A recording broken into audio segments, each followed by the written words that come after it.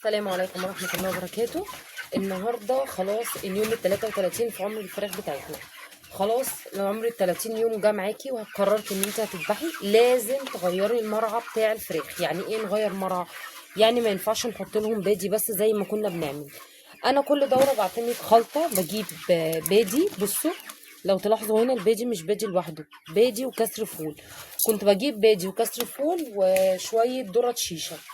بس سمعت من كذا حد ان الدشيشه بتوقع الاوزان بتاعتهم، فاستغنيت عن الدشيشه. بجيب العيش الناشف البلدي، العيش الناشف بتاعنا، العيش البلدي بتاعنا بجيبه بنشفه وببتدي ان انا اكسره لهم.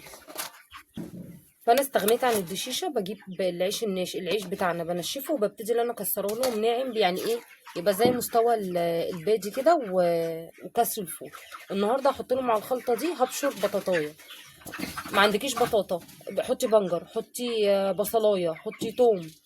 المهم ان انت لازم تغيري مرعى. طالما نويتي ان انت تذبحي، اوعي تطلعي الفراخ وهي اكله بادي بس. الفراخ هتحسي بطعم زفرتها جدا، هتزفر الشوربه، مش هتنفع خالص. الوصفه دي انا معتمداها من بعد سن ال30 يوم، او من بعد ما الاوزان تظبط معاكي. خلاص انت اخدتي الوزن اللي انت عايزاه، ابتدي بقى غيري المرعى بتاعها. تمام.